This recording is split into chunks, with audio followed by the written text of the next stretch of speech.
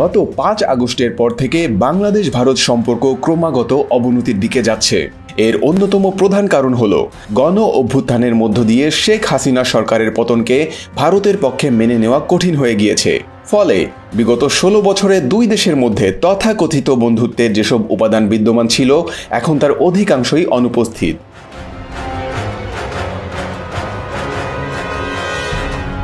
শেখ হাসিনার আকস্মিক পতন ভারতের জন্য একটি বড় ধরনের ধাক্কা। বিগত বছরগুলোতে ভারতের বাংলাদেশ বিষয়ক পররাষ্ট্রনীতির গতি প্রকৃতি আওয়ামী লীগকে ঘিরেই সাজানো হয়েছিল।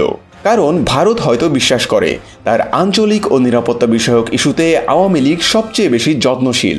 যুদ্ধ ভারতের কাছে তো কয়েকদিনের ব্যাপার নয়, কয়েক মিনিটেই ফয়সলা হয়ে যাবে।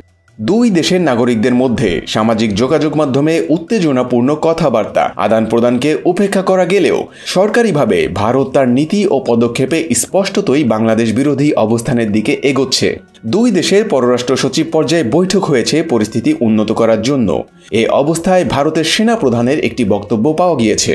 ভারতের সেনাপ্রধান জেনারেল উপেন্দ্র দ্বিবেদী বলেছেন, বাংলাদেশের সরকার পরিবর্তন হলে ভারতের সঙ্গে দেশটির সম্পর্কেও পরিবর্তন আসতে পারে।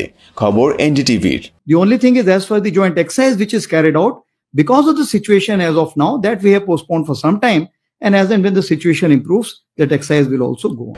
বাংলাদেশের সঙ্গে সম্পর্কের বর্তমান অবস্থান নিয়ে তিনি বলেন, এখনই সিদ্ধান্ত নেওয়া খুব তাড়াতাড়ি হবে। তবে বর্তমানে বাংলাদেশ সরকারের সঙ্গে ভারতের সম্পর্ক ভালো রয়েছে। সেনা থেকে সেনা সম্পর্ক খুবই শক্তিশালী এবং নিয়মিত তথ্য বিনিময়ের মাধ্যমে আমরা ভুল বোঝাবুঝি এড়াচ্ছি। তবে সরকার পরিবর্তন হলে এটি প্রভাবিত হতে পারে। I am in touch with the chief of Bangladesh during the time of when this changeover took place. I was in constant touch with him.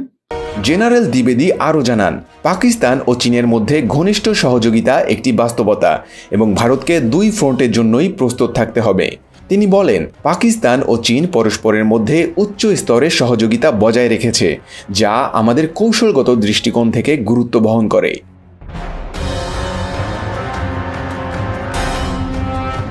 এছাড়া বাংলাদেশ ও পাকিস্তানের সম্পর্ক নিয়ে প্রশ্নের উত্তরে সেনাপ্রধান বলেন, সন্ত্রাসবাদের কেন্দ্রস্থল একটি নির্দিষ্ট দেশে এবং তাদের প্রতিবেশী দেশের সঙ্গে সম্পর্ক থাকলে আমার চিন্তা হওয়া উচিত, কারণ অস্বস্তিকর পরিস্থিতির বিষয়টি ওই দেশ থেকেও ঘটানো হতে পারে, যা আমাদের প্রধান উদ্বেগ।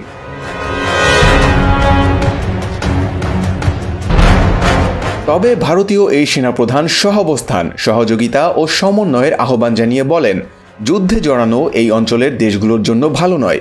তিনি বলেন, যুদ্ধ কি উভয় দেশের স্বার্থে ভালো? উত্তর হলো না। তাই আমরা যা দেখছি তা হলো কিভাবে আমাদের আজকের পরিস্থিতির সাথে সামঞ্জস্য রাখতে পারি এবং কূটনৈতিকভাবে পরিস্থিতি মোকাবেলা না করা পর্যন্ত তা কিভাবে পরিচালনা করতে পারি। Relationship we should talk about when there is an elected government.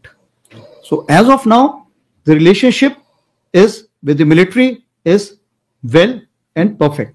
শিক্ষক ও রাজনৈতিক বিশ্লেষক সালেউদ্দিন আহমদ মনে করেন, ভারতের সঙ্গে বাংলাদেশের সম্পর্ক খুব ভালো বা খুব মধুর রাখতে হবে এমন কোনো বাধ্যবাধকতা নেই। তবে খেয়াল রাখতে হবে বাংলাদেশ যেন বৈরিতার পথে না যায়। ভারত এখন বড় শক্তি। অনেক আন্তর্জাতিক সংকটে ভারতকে আমাদের দরকার হতে পারে। মিয়ানমার যেভাবে বাংলাদেশের পূর্ব সীমানায় আগ্রাসী ভূমিকা নিচ্ছে, সেটা বাংলাদেশের জন্য অশনি সংকেত। চীনের অর্থনৈতিক আগ্রাসনও অনেক দেশের জন্য বিপদ ডেকে এনেছে।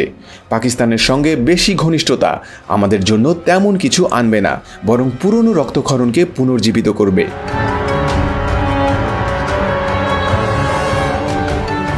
বিশ্ব চ্যাম্পিয়ন মুষ্টিযোদ্ধা মাইক টাইসন বলেছিলেন, তুমি যাদের সঙ্গে সংঘর্ষ করছো তারা সবাই তোমার শত্রু নয় এবং যারা তোমাকে সাহায্য করছে তারা সবাই তোমার বন্ধু নয়।